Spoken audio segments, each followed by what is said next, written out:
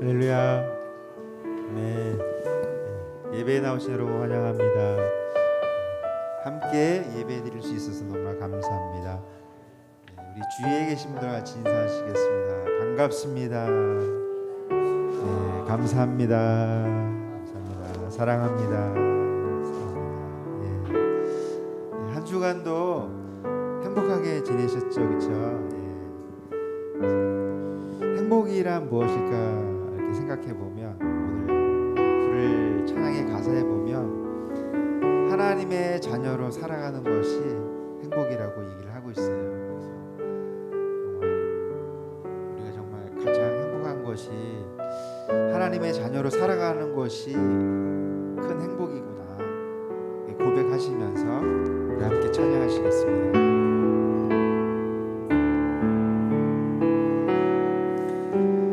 화려하지 않아도 정결하게 사는 삶, 가진 것이 적어도 감사하며 사는 삶, 내게 주신 작은 일 나눠주며 사는 삶, 이것이 나의 삶의 행복이라. 화려하지 않아도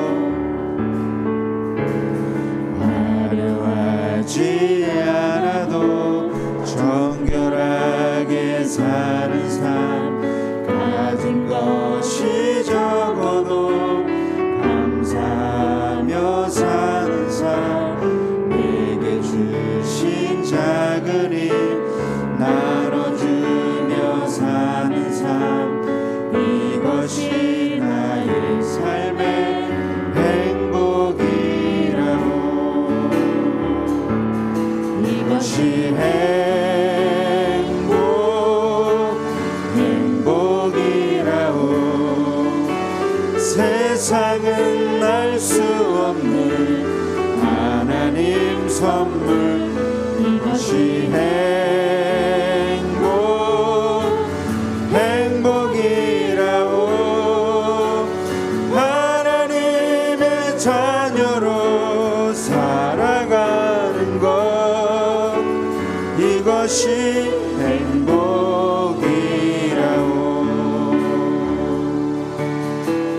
눈물 날 일 많지만 기도할 수 있는 것, 억울한 일 많으나 주를 위해 참는 것, 비록 짧은 작은 삶 주 뜻대로 사는 것, 이것이 나의 삶의 행복이라고.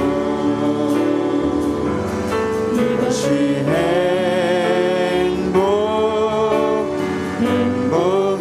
행복이라고.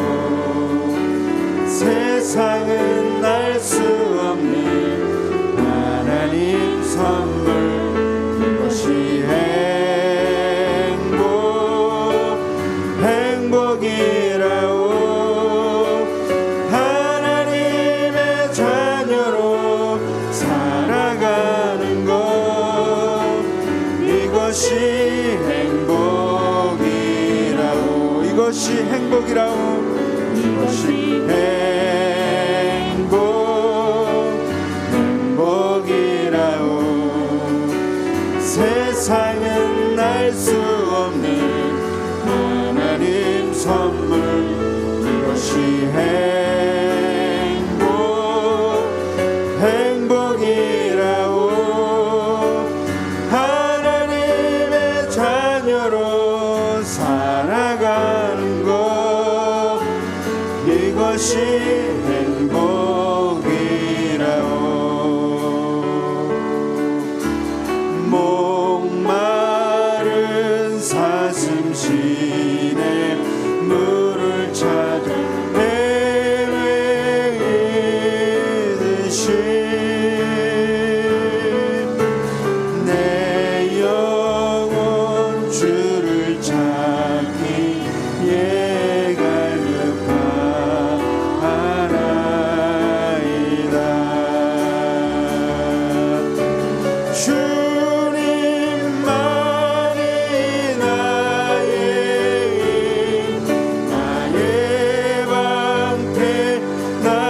참 소망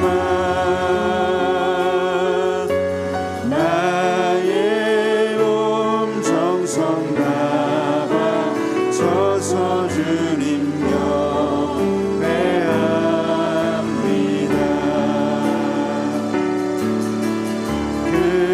금보다 귀한 나의 주님 내게 만족 주신 주 당신 말이 나의 기쁨 또한 나의 참 보배 주님만이 나의 힘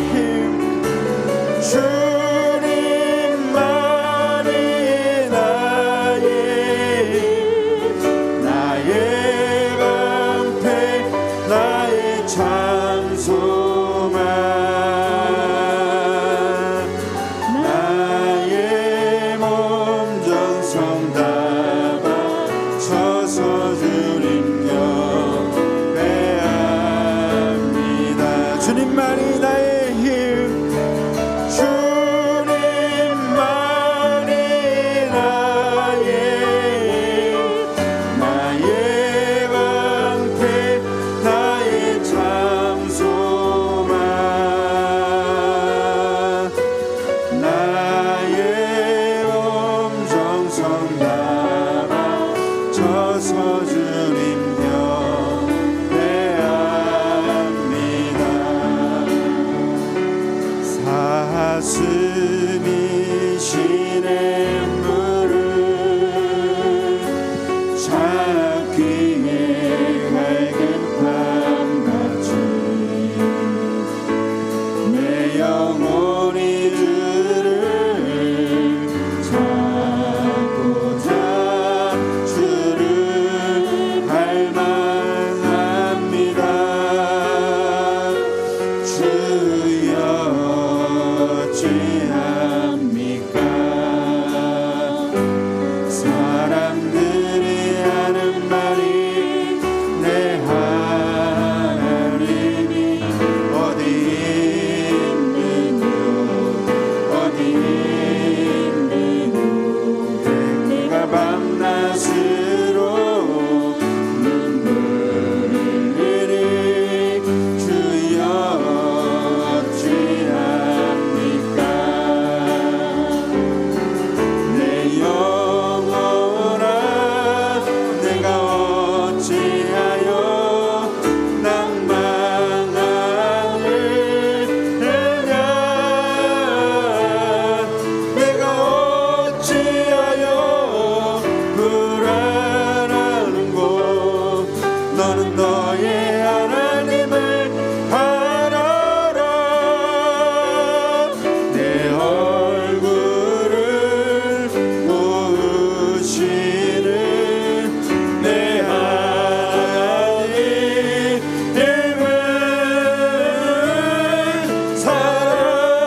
살아계시는 내 하나님을 너는 너의 하나님을 바라라 내 영혼아 내가 어찌하여 낭망하느냐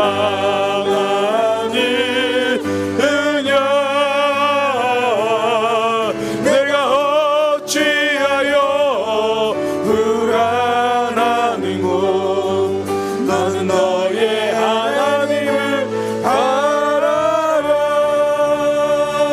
내 얼굴을 도우시는 내 하나님을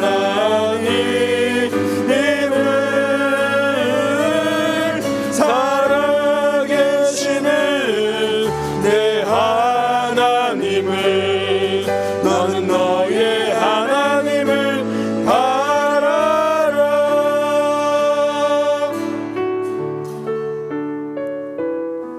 왕 되신 주님을 찬양합니다.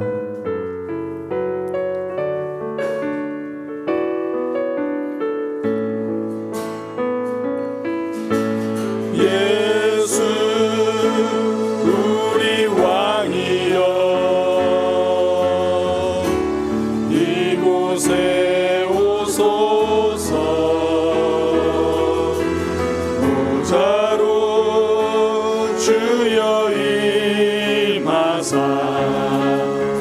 찬양을 받아 주소서.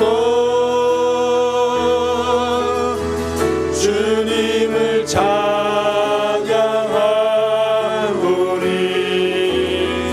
주님을 경배하오니 왕이신 예수여 오셔서 좌정하사 다스리소서. 예수 우리 왕이여 이곳에 오소서. 보좌로 주여 임하사 찬양을 받아 주소서. 주님을 찬양하오니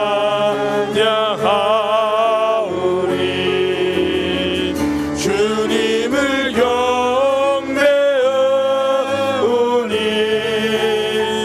왕이신 예수여 오셔서 좌정하사 다스리소서. 우리에겐 소원이 하나 있네. 주님 다시 오실 그날까지 우리 가슴에 새긴 주의 십자가 사랑 나의 교회를 사랑케 하네. 주의 교회를 향한 우리 마음 희생과 포기와 가난과 고난 하물며 죽음조차 우릴 막을 수 없네.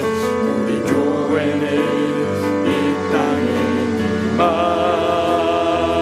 교회를 교회되게 예배를 예배되게 우릴 사용하소서. 진정한 부흥의 날 오늘이 와도록 우릴 사용 교회를 교회되게 교회를 교회되게 예배를 예배되게 우릴 사용하소서. 진정한 부흥의 날 오늘이 가도록 우릴 사용하소서. 성령 안에 예배하리라. 자유의 마음으로 사랑으로 사역하리라. 교회는 생명이니 교회를 교회되게 예배를 예배되게 우릴 사용하소서. 진정한 부흥의 날 오늘이 와도록 우릴 사용하소서.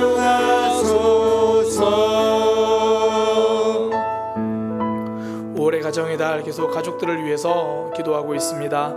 오늘은 우리 가족들 어깨 위에 있는 짐들, 힘들어하고 있는 상황들, 말 못할 아픔들을 위해서 우리가 좀 함께 기도했으면 좋겠습니다.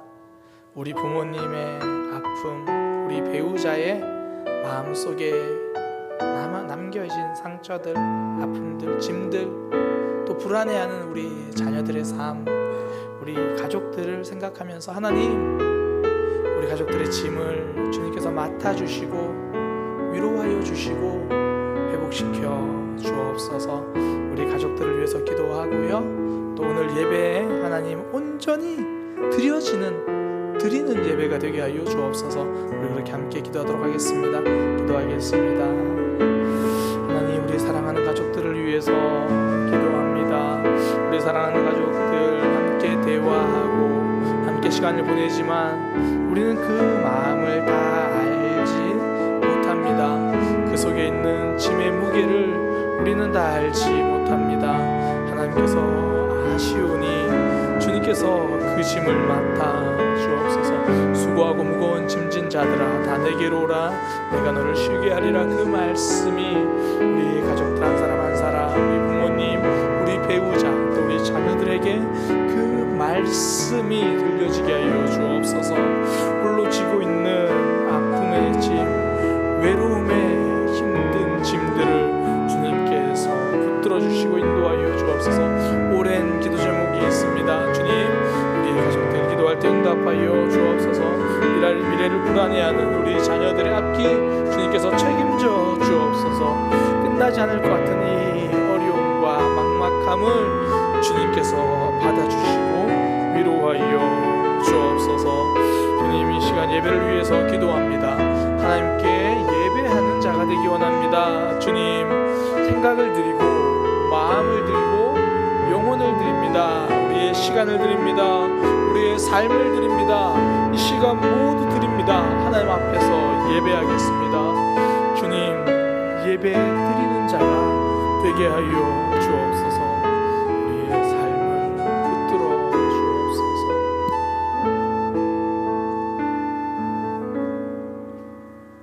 전능하신 하나님 아버지, 오늘도 예배 자리로 인도하시니 감사합니다. 초여름비로 더러운 공기와 미세먼지를 씻어주시니 감사합니다. 선선한 날씨로 때이른 더위를 식혀주시니 감사합니다. 오늘도 주님의 임재를 기대하게 하시니 감사합니다. 주님, 지난 한 주를 돌이켜봅니다. 거룩한 행실과 경건함으로 주님 앞에 흠없이 살기를 원했으나 그러지 못했음을 고백합니다. 세상사에 빠져 분주하게 살았음을 고백합니다. 어려움이 다가오면 마음이 무너지고 염려했음을 고백합니다. 이제 주님 앞에 모든 걱정을 내려놓고 예배드리오니 주님께서 주시는 위로를 공급받게 해 주시옵소서.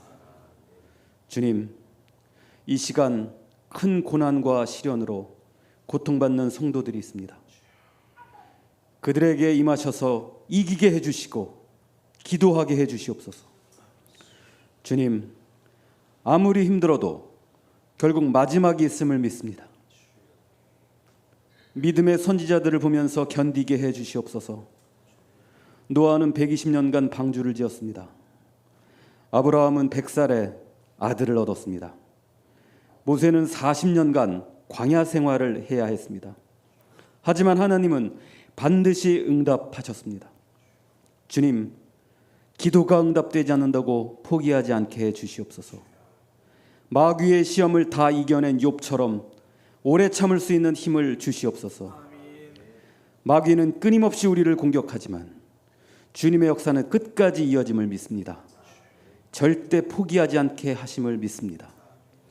선한 싸움을 계속하면서 끝까지 믿음을 지키게 해 주시옵소서.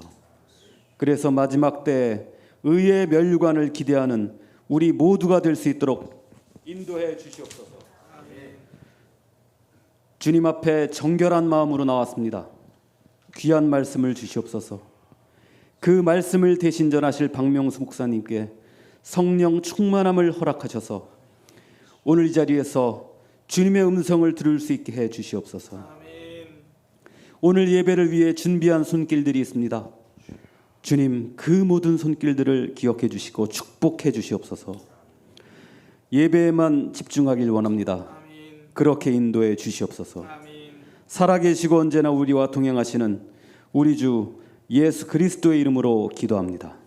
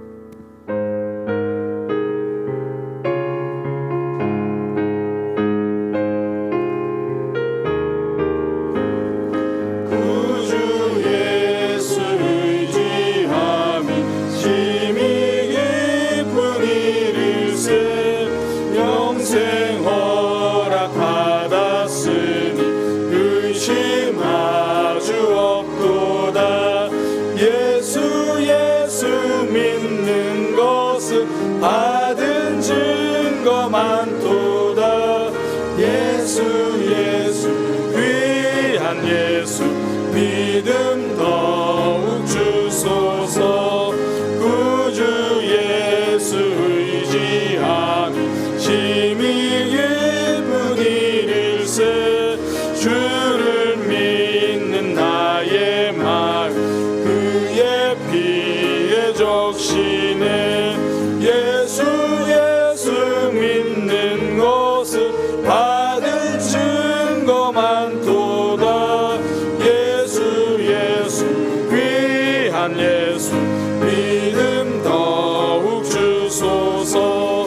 구주 예수 의지하여 죄악 벗어버리네. 안위 받고 영생함을 주께 모두 얻었네. 예수 믿는 것은 받은 증거 많도다. 예수 귀한 예수 믿음 더욱 주소서. 구주 예수 의지하여 구원함을 얻었네. 영원 무궁지나도 주여 함께 하소서. 예수 믿는 것은 받은 증거 많도다. 예수 귀한 예수 믿음 더욱 주소서.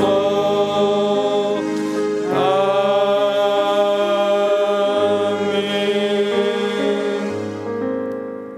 봉헌 기도드리겠습니다. 하나님, 오늘도 우리를 예배 자리로 불러주셔서 감사합니다. 예배 자리로 나오면서 주님 앞에 물질을 드립니다. 이 물질이 쓰이는 곳곳마다 하나님의 사랑이 증거되고 하나님 나라가 확장되는 역사가 있게 하여 주옵소서. 우리의 마음과 믿음을 담아서 주님께 드립니다. 받으시고 우리의 삶 또한 하나님이 공급하시는 것들로 넉넉히 차고 넘친 삶이 되도록 인도하여 주옵소서. 이 땅을 살아갈 때에 우리의 공급자가 하나님이심을 놓치지 않게 하여 주옵소서. 믿음으로 살아갈 때에 물질이 주인 되지 아니하도록 우리의 믿음을 붙들어 주옵소서. 예수님의 이름으로 기도드립니다. 아멘. 교회 소식입니다. 예배에 참석하신 분들을 주님의 이름으로 환영합니다. 반갑습니다. 오늘은 스승의 주일인데요. 들어올 때 또 저에게 꽃을 또 주시더라고요. 그래서 되게 감사하게 받았습니다.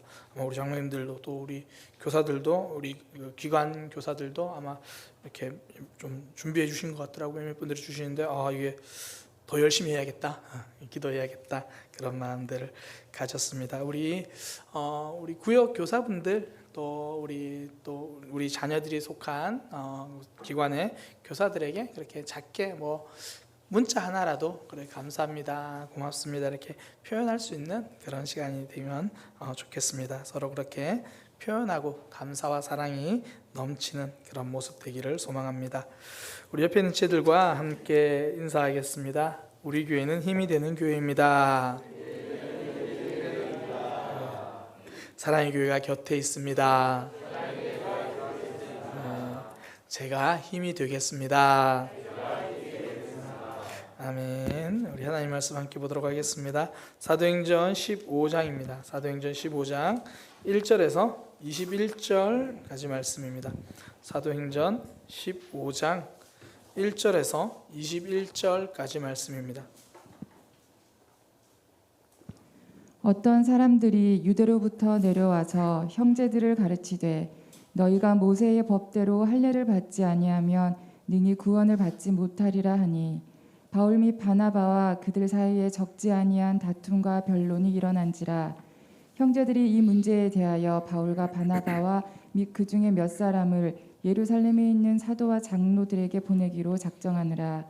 그들이 교회의 전송을 받고 베니게와 사마리아로 다니며 이방인들이 주께 돌아온 일을 말하여 형제들을 다 크게 기쁘게 하더라. 예루살렘에 이르러 교회와 사도와 장로들에게 영접을 받고 하나님이 자기들과 함께 계셔 행하신 모든 일을 말하매 바리새파 중에 어떤 믿는 사람들이 일어나 말하되 이방인에게 할례를 행하고 모세의 율법을 지키라 명하는 것이 마땅하다 하니라. 사도와 장로들이 이 일을 의논하러 모여 많은 변론이 있은 후에 베드로가 일어나 말하되 형제들아 너희도 알거니와 하나님이 이방인들로 내 입에서 복음의 말씀을 들어 믿게 하시려고 오래전부터 너희 가운데서 나를 택하시고 또 마음을 여시는 하나님이 우리에게와 같이 그들에게도 성령을 주어 증언하시고 믿음으로 그들의 마음을 깨끗이 하사 그들이나 우리나 차별하지 아니하셨느니라. 그런데 지금 너희가 어찌하여 하나님을 시험하여 우리 조상과 우리도 능히 매지 못하던 멍에를 제자들의 목에 두려느냐. 그러나 우리는 그들이 우리와 동일하게 주 예수의 은혜로 구원받는 줄을 믿노라 하니라.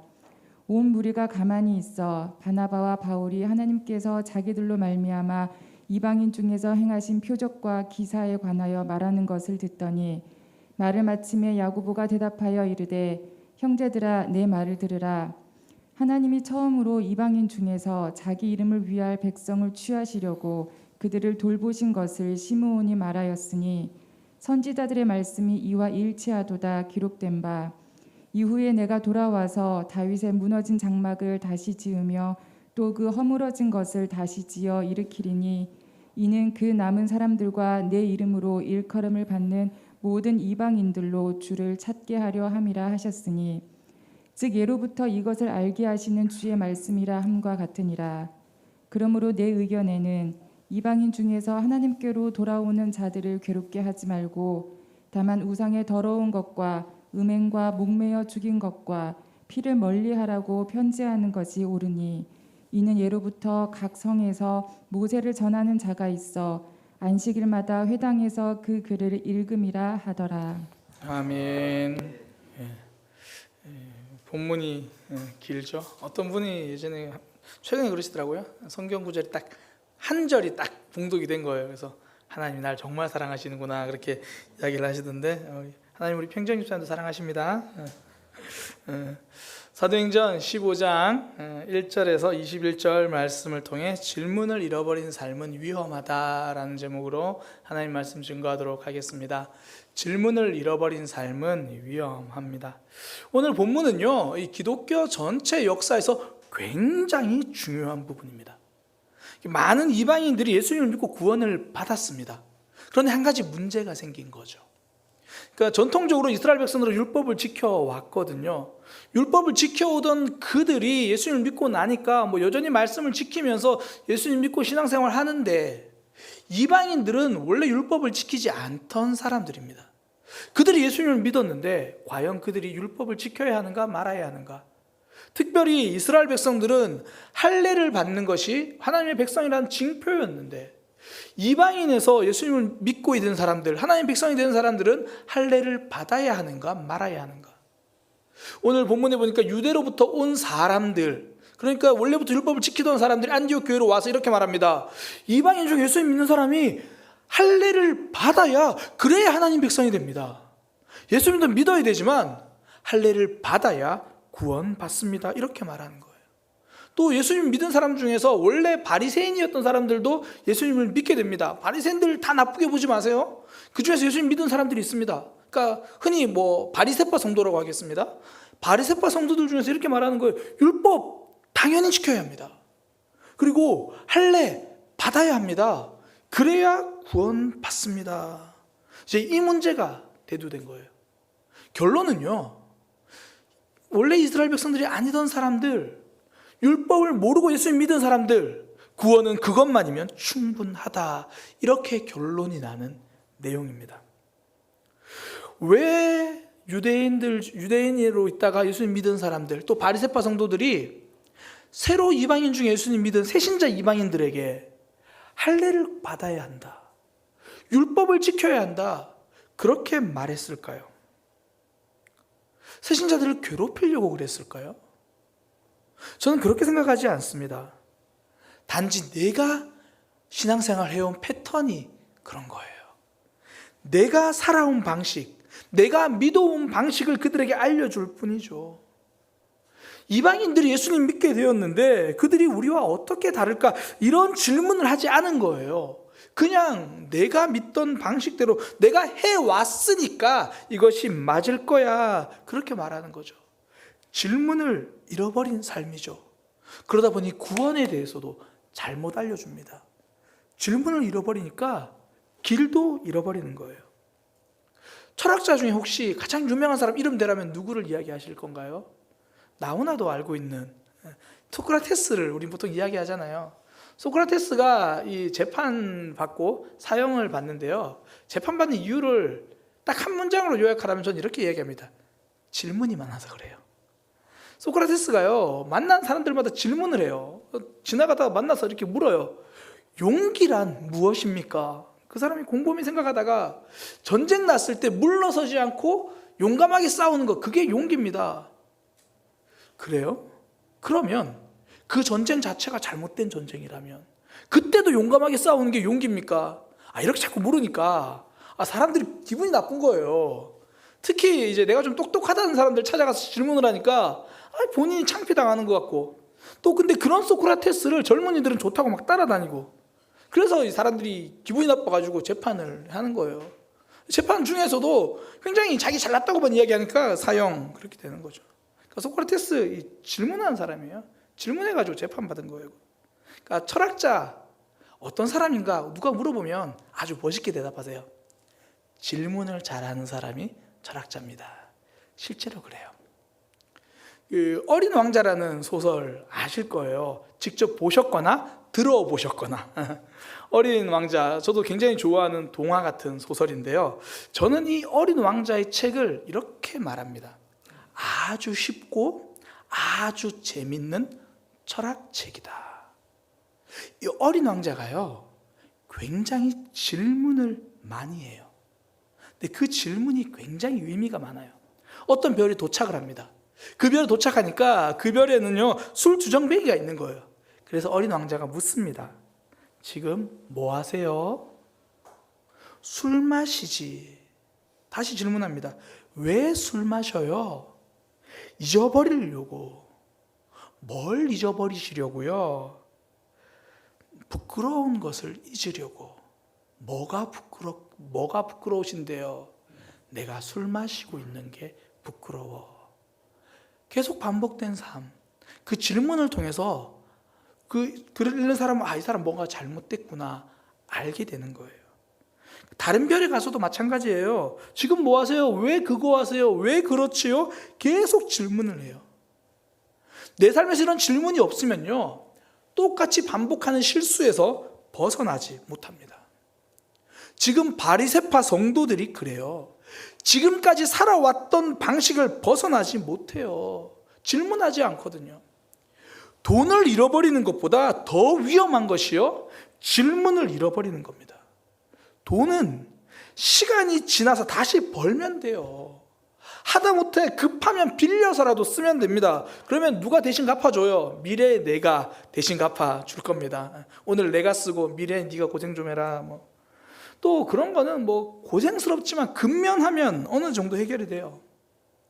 근데 질문을 잃어버리면요, 같은 고생을 반복합니다. 근면하면 할수록 고생이 늘어나요. 그 천자문이라고 들어보셨죠? 우린 알아요. 또 안다는 얘기도 우리 대부분 들어서 아는 거죠. 천자문 시작은 알아요. 하늘, 천, 땅, 지, 그리고 검다, 거물, 현, 노랗다, 누를, 황, 이렇게 됩니다. 그리고 천지, 현황, 우주, 홍황, 이렇게 되는데, 이렇게 한자가 되어 있어요. 그러니까 우리나라 조선시대는 그걸 서당에서 가르쳤어요. 아이들에게 한문을 가르치려고 천자문을 가르쳤어요. 우리가 아이들에게 가르치는 한자다 그러니까 천자문이 쉽다라고 생각하잖아요. 아니요, 되게 어려워요. 천자문은 원래 한문을 가르치기 위해 만들어진 한자용 가나다라 이런 게 아니에요. 원래 이게 어떻게 만들어졌냐면 기원이 그래요. 여러 가지 기원이 있긴 한데, 중국에 이 주흥사라는 학자가 있었어요. 똑똑한 사람. 근데 이 사람이 왕에게 잘못 보인 거예요. 왕에게 미움을 샀습니다.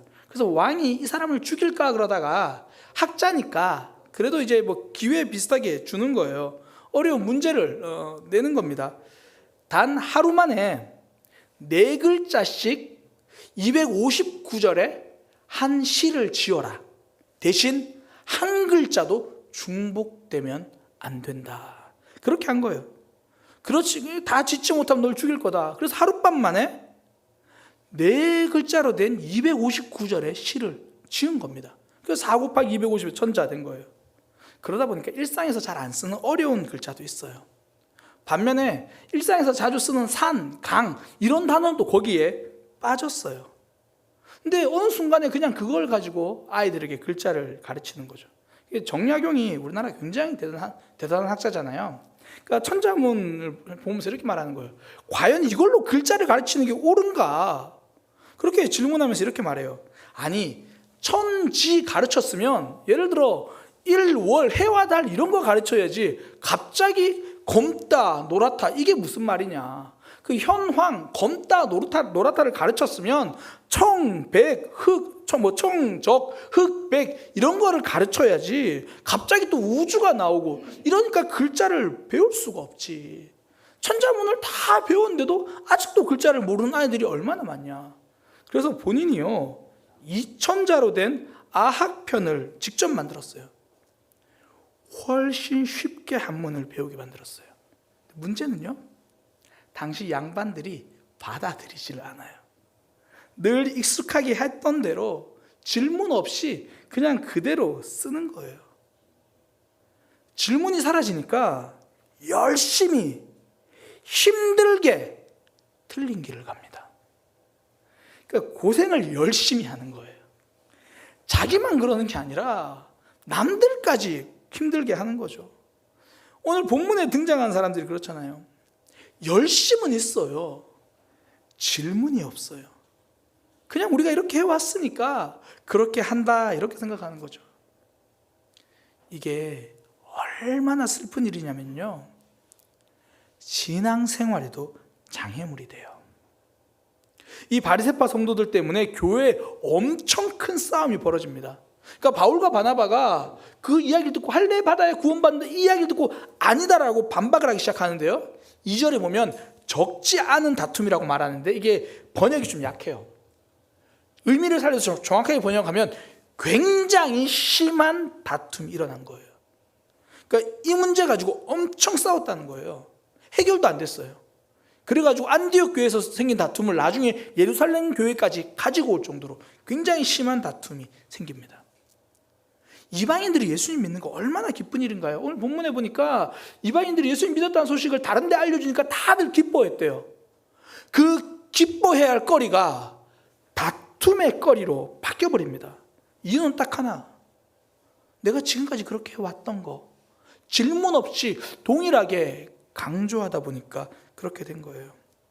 그래서 저는요, 다른 건 몰라도 신앙생활에 한해서는 가능하면 질문을 잊어버리지 않으려고, 잃지 않으려고 노력을 해요.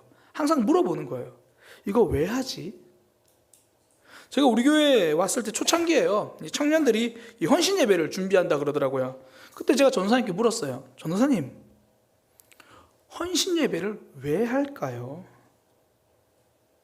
오후 예배 그 당시에 이제 황성문 집사님 찬양인도 하셨는데, 황성문 집사님 찬양인도 하는 거 청년들이 찬양인도 하고 뭐 청년들이 대표기도 하고 예배 순서 몇 개 맡으려고 헌신 예배를 하는 걸까요?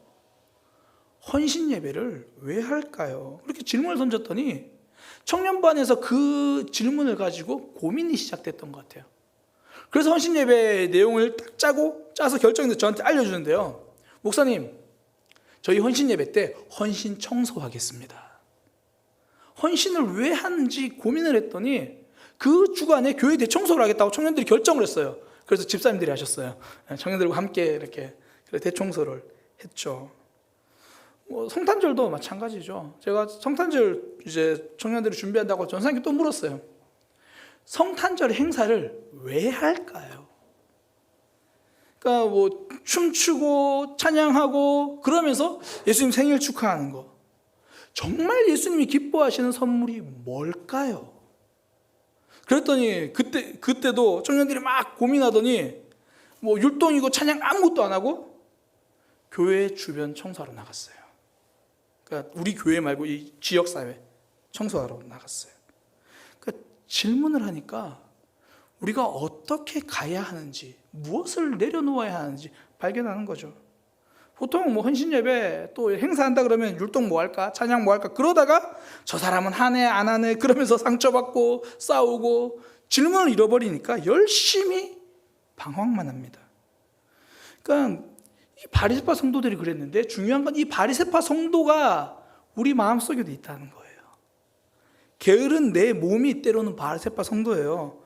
기도는 주일에 예배 시간에만 하는 거야.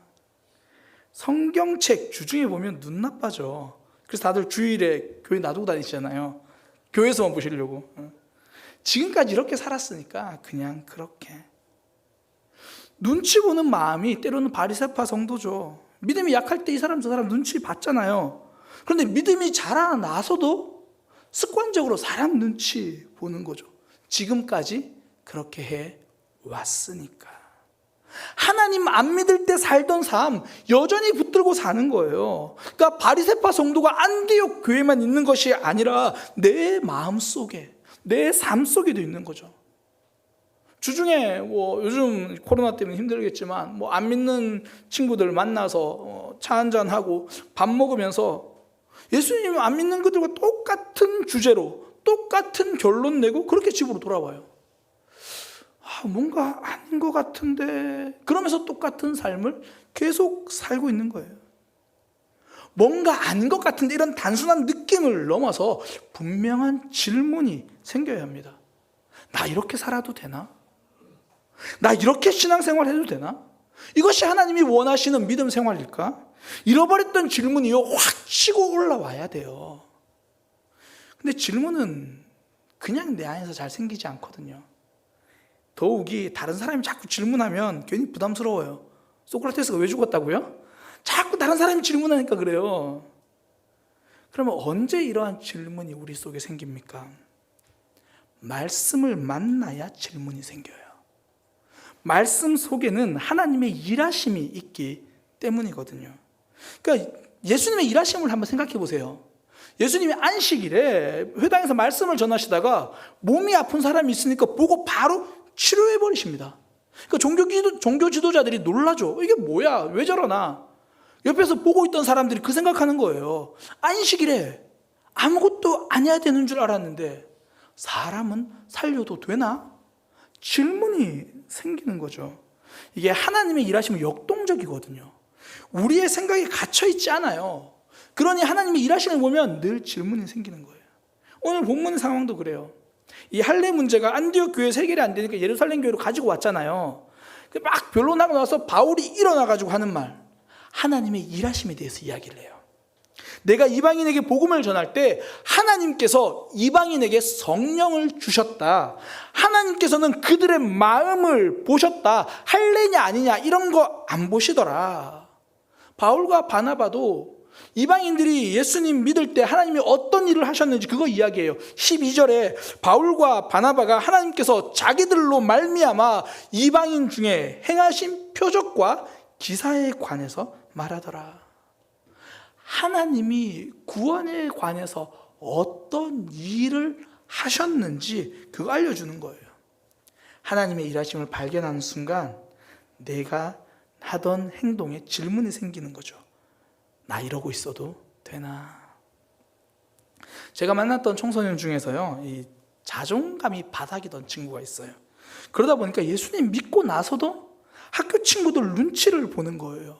하나님을 의식하는 게 아니라 친구들 눈을 의식하는 거죠. 친구들하고 내가 멀어지면 안 되는데. 지금까지 그렇게 살아왔으니까 예수님 믿고 나서도 동일한 생각에 갇혀 있는 거죠. 그러다가 수련회 때 말씀을 듣고 확 깨달은 거, 하나님이 나를 있는 그대로 사랑해 주시는구나. 하나님은 내가 좀 못나도 괜찮구나, 넘어지고 부족해도 그냥 사랑해 주시는구나. 여전히 나를 사랑하시는 하나님의 일하심을 발견된 순간 내가 더 이상 사람들 눈치 보지 않겠다. 하나님이 나를 사랑하시면 그것이면 충분하다. 나는 이미 훌륭하다. 하나님이 괜찮다고 하셨다. 그때부터 자기 자신을 보는 시선이 업그레이드 되는 거예요. 내 안에 갇혀 있으면 새로운 일이 일어나지 않습니다. 하나님의 일하심에 주목해야 이 업그레이드의 역사가 일어나는 거예요. 다니엘 핑크라고 미래학자가 있습니다. 뭐 핑크 그러니까 여자 같지만 남자입니다. 미래학자라는 게 앞으로 어떤 일이 일어날 건가 예측을 하고 어떻게 준비해야 될까 대안을 제시하는 그런 사람이에요. 이제 다니엘 핑크가 2009년에 우리나라에 왔을 때요, 그 한국 젊은이들에게 해준 말이라면서 해준 말이 뭐냐면, 젊은 나이에 계획을 세우지 마세요. 세상은 너무 복잡하고 빨리 변해서 절대 예상대로 되지 않습니다. 그러니 계획을 세우지 말고 그냥 실수하세요. 그 실수를 통해 배운다면 그 실수가 여러분들의 미래를 만들 겁니다. 그러니까 미래학자가 하는 이야기가 계획을 세우지 마요. 미래는 잘 몰라요. 그냥 실수를 통해 실수를 하세요. 그러니까 지금 내 생각에 얽매이지 말란 이야기죠. 실수를 통해서 자신을 업그레이드 하라는 그 말입니다. 성도는요, 계속 업그레이드 되는 사람입니다. 오늘 베드로 보세요. 진짜 많이 업그레이드 됐어요. 예전에는 전부 자기 주장만 이야기했거든요. 저 이렇게 할 거예요. 저 저렇게 할 거예요. 오늘은 일어나서 하나님이 무슨 일을 하셨는지 이야기하기 시작합니다. 어제와 다른 사람이 된 거예요. 그러니까 말씀을 보면서, 말씀을 들으면서 너무 내가 못한 것만 자꾸 이렇게 들춰내지 마세요. 하나님의 일하심을 주목하는 거죠. 나 또 사랑 못했네. 또 기도 못했네. 이렇게 너무 못한 것만 들춰내지 말고 낙심하지 말고 기도하라. 예수님 말씀하셨으니까 또 낙심했네. 이러지 말고 예수님은 기도에 대해서 알려주셨구나. 예수님의 일하심에 주목하면서 내가 기도할 때도 알려주시겠구나. 내가 기도할 때 가르쳐 주시겠구나. 이 대부분 고난주간이 되면 이렇게 말하죠. 그래 목사님, 제가 예수님을 십자가에 못 박은 바로 그 사람입니다. 틀린 말은 아닌데 그러고만 있지 말고요. 내가 예수님을 십자가에 죽였네 이런 묵상하기 전에 예수님이 십자가에서 나를 살렸네 이렇게 그 일하심을 묵상하시길 바랍니다. 죽다 살아났으니 제대로 살아야지. 죽었다 살아났으니 의미 있게 살아야지. 하나님의 일하심을 보면요, 나에게 주시는 위로가 보입니다. 내가 가야 할 길이 보여요. 최고의 회개는 반성이 아니라 전진입니다. 지금 달력이 벌써 2021년 5월까지 왔잖아요. 근데 나는 여전히 2002년 2월 우리 교회가 처음 모이던 그때에 혹시 멈춰 있지는 않습니까? 아니면 달력은 2021년인데 나는 혹시 2019년 12월에 머물러 있지는 않습니까? 코로나 시작하기 전에 아직까지 하나님과 거리두기 중, 아직까지 말씀과 거리두기 중 그러고 있지는 않습니까? 그렇게 내 삶이 여전히 같은 모습으로 머물러 있을 때 그때 하나님의 일하심을 보면 됩니다. 질문이 생기는 거예요. 나 지금 이러고 있어도 되나? 하나님은 내 삶에서 일하고 계시는데, 그러면서 내 믿음 전진하는 거죠. 업그레이드가 되는 겁니다. 또 하나, 우리가 말씀을 보면 질문이 생기는 이유 중에 하나가요, 말씀은 하나님의 답이기 때문에 그래요. 그 말씀 속엔 하나님이 주신 답이 들어있습니다. 그러니까 내 답만 가지고 살던 사람이 하나님의 답을 만나니까 질문이 생기는 거죠. 이거 어떻게 해야 되지? 오늘 본문에 보니까 베드로의 말이 끝나자마자 야고보가 일어나서 그렇게 말해요. 시몬 베드로를 말하는데, 시몬 베드로가 지금 이야기했던 거 그거 성경 말씀에 다 들어있습니다. 그런 이야기를 하는 거예요. 이 말씀에서 이미 이방인들이 주님께 돌아올 것이라고 이야기했습니다. 기원전 700년도 더 전에 쓰여진 말씀이 지금 교회 안에 일어나고 있는 갈등의 답이 되는 거예요. 저도 이제 얼마 전에 사도행전을 매일 한 장씩 이렇게 묵상을 했습니다. 말씀 시대를 하면서 묵상을 했는데, 하나님이 그 2000년 전에 쓰여진 사도행전 말씀을 통해서 2021년 제목회에 답을 주시더라고요. 사도 바울의 전도 여행을 보면서 그래, 정말 과감하게 사역해야겠다. 또 그러면서 이 바울과 바나바가 다투는 모습 보면서 그러면서도 배려는 놓치지 말아야겠다. 하나님이 답을 주시는 거예요. 오래된 말씀인데 새로운 이야기를 들려주시더라고요. 성도가 살면서 질문을 놓치지 않을 수 있는 비결, 이 오래된 말씀 속에 나에게 주시는 새로운 답이 있는 거예요. 이 안에 나에게 주시는 이야기가 있는 거예요. 오늘 이 말씀 듣고 집에 성경책을 딱 폈는데 순 아브라함 이야기밖에 없어요. 딱 폈는데 이스라엘 왕들 이야기밖에 없어요. 목사님 이게 뭐예요? 성경이요, 짧게는 2000년 전, 짧게는 2000년 전, 길게는 6000년 전, 정말 오래전에 쓰여졌거든요. 근데 이 오래전 이야기가 어떻게 새로운 내 삶의 답이 될 수 있습니까? 말씀에서, 성경 속에서 말씀을 끄집어내야 돼요. 그 속에 있는 이야기를 끄집어내야 내 답이 됩니다. 야고보 사도가 지금 인용한 구절이에요. 이 아모스 9장 1절에서 12절 말씀이거든요. 그러니까 야고보 사도가 살았을 때보다 750년 전에 쓰여진 성경이에요. 그런데 야고보는 이 말씀을 성경 안에만 넣어둔 것이 아니라 문제 상황에 끄집어낸 거예요. 갈등하고 있는 상황에 끄집어내서 내 삶의 답으로 쓰는 거예요. 사람들이 갈팡질팡할 때 보라, 이것이 답이다. 내 상황 속에 하나님의 말씀이 답이다.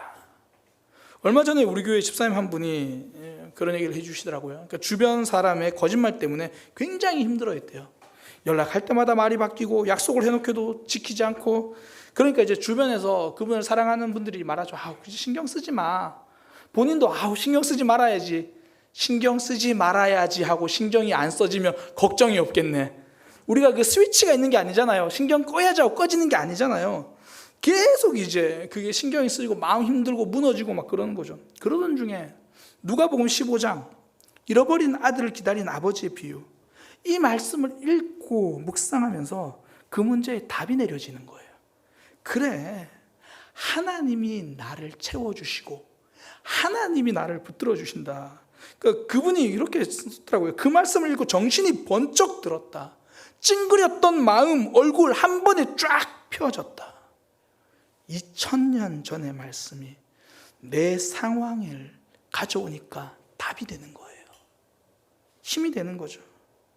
요즘 뭐 빅데이터 이런 말 많이 하잖아요. 그게 다른 게 아니고 여러분들이 스마트폰으로 검색하는 거 있잖아요. 그거 다 저장돼요. 스마트폰 가지고 뭐 이동하잖아요. 어디로 다녔는지 다 알게 돼요. 그래서 그거 가지고 개개인 맞춤 서비스 하거든요. 어떤 분이 그런 얘기를 하더라고요. 목사님, 제가 티셔츠 하나가 필요한데 요즘 네이버에서 자꾸 티셔츠만 저에게 보여줘요. 한 번이라도 검색하고 나면 그거 상품으로 계속 뜹니다. 그렇게 우리의 상황에 맞춤으로 분석해서 알려주니까 우리는 구매라고 하는 놀라운 결정을 하는 거예요. 세계 최고 인터넷 쇼핑몰 아마존의 성공 비결이 그거예요. 고객 맞춤 서비스. 아마존은요, 고객 한 명 한 명의 취향에 맞추지 않습니다. 고객 0.1명의 취향에 맞춥니다. 무슨 이야기냐면 고객 한 사람이 이 상황에는 이걸 원하고 저 상황에는 저걸 원하고 10가지 상황에서 원하는 모든 걸 다 맞춘다라는 거예요. 그때 맞춤 서비스를 하는 거죠. 그러니까 빅데이터가 한 사람에게 집중해서 구매라는 결정으로 바꿔버리는 거예요. 사실 우리도 말씀 나눔 해보면 알잖아요. 같은 말씀 들었는데 서로 나누다 보면 받아들인 은혜가 다 달라요. 나에게 주신 의미가 다 달라요.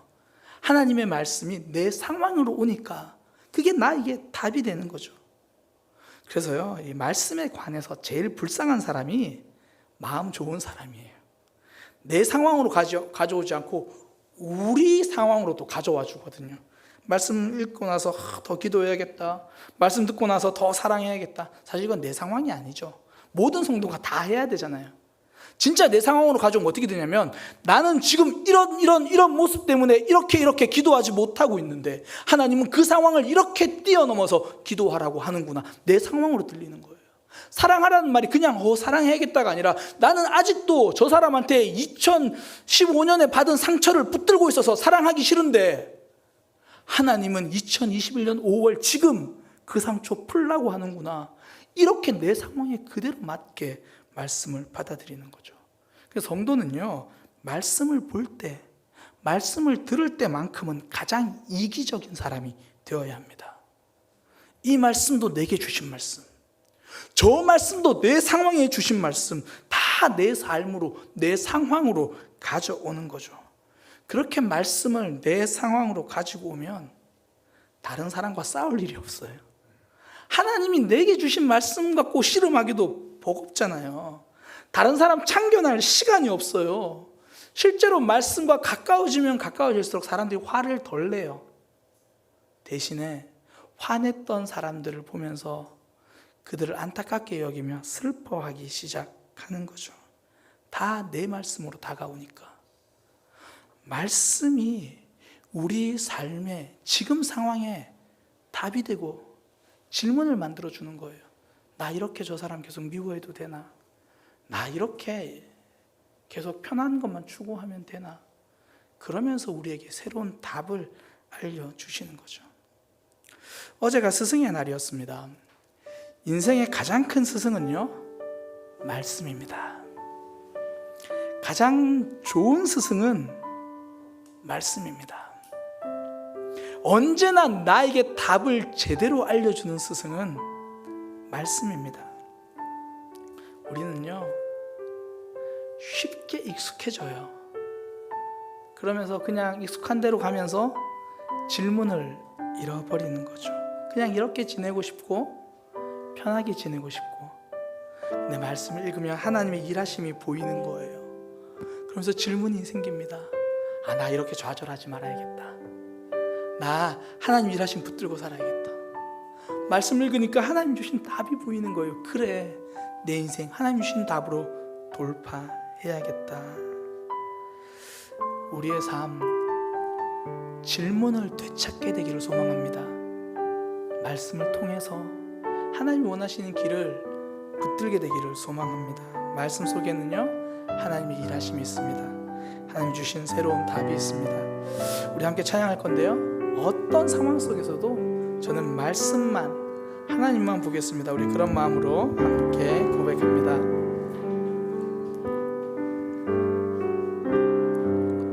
모든 상황 속에서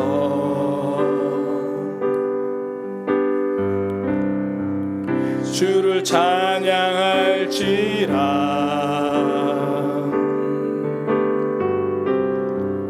주는 너의 큰 상급,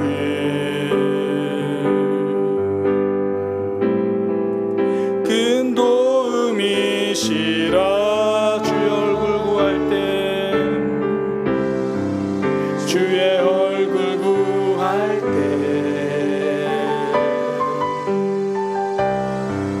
주의 영을 부으사 크신 사랑 안에서 주를 보게 하소서. 내 영혼이 확정되고, 내 영혼이 확정되고 확정되어 싸우니 믿음의 눈 들어 주를 바라봅니다. 내 영혼이 확정되고 확정되어 싸우니 믿음의 눈 들어 주를. 다시 고백합니다. 내 영혼이 확정되고, 내 영혼이 확정되고 확정되어 싸우니 믿음의 눈 들어 주를 바라봅니다. 내 영혼이 확정되고 확정되어 싸우니 믿음의 눈 들어 주를 바라봅니다. 우리 이 시간 들은 말씀을 생각하고 기억하면서 함께 함께 기도하기 원합니다. 하나님, 자꾸 편한 대로, 자꾸 익숙한 대로 그렇게 안주하고 있는 우리를 말씀 앞으로 데려가 주세요. 말씀 앞에 서게 해주세요. 하나님께서 내 삶에서 일하시는 그 일하심에 주목하게 해주세요. 지금까지 오면서 사실 지칠 때도 많았고 힘들 때도 많았고 하나님 외로울 때도 많았는데 여전히 나를 붙들고 일하고 계시는 그 하나님을 말씀을 통해 만나게 해주세요. 아직도 답이 안 보이는데 말씀을 통해 내 상황의 답을 만나게 해주세요. 이제 무엇보다 말씀 앞에 먼저 서는 삶이 되게 하여 주세요. 우리 기도할 때요, 하나님 말씀을 통해 하나님 일하심 보기 원합니다. 말씀을 통해서 답을 발견하기 원합니다. 우리 그렇게 함께 기도하겠습니다. 하나님, 말씀을 통해서 우리 인생에 일하고 계시는 하나님의 그 일하심을 보게 하여 주옵소서. 주님, 아무리 높은 산이라도 그 밑에는 지하수가 도도히 흐르는 것처럼 우리의 삶, 때로는 절벽 같고 때로는 험한 산 같을지라도 하나님의 일하심이 우리 속에 흐르고 있음을, 우리의 삶 속에 역사하고 계심을 아버지 우리가 발견하게 하여 주옵소서. 주님, 인생길 지칠 때 많습니다. 정말 혼자서 힘들 때가 많습니다.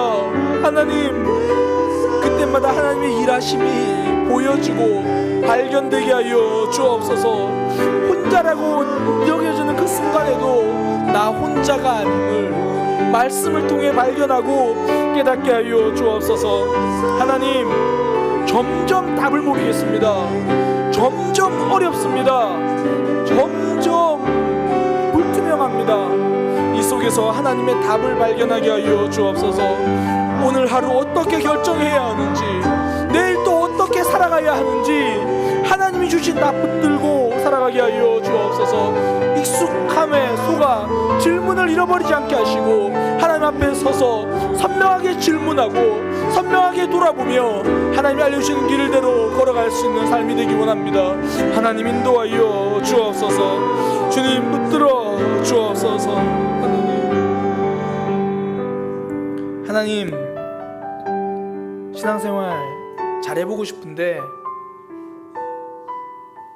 저도 모르게 자꾸 익숙함으로 갑니다. 불편함은 피하고 싶습니다.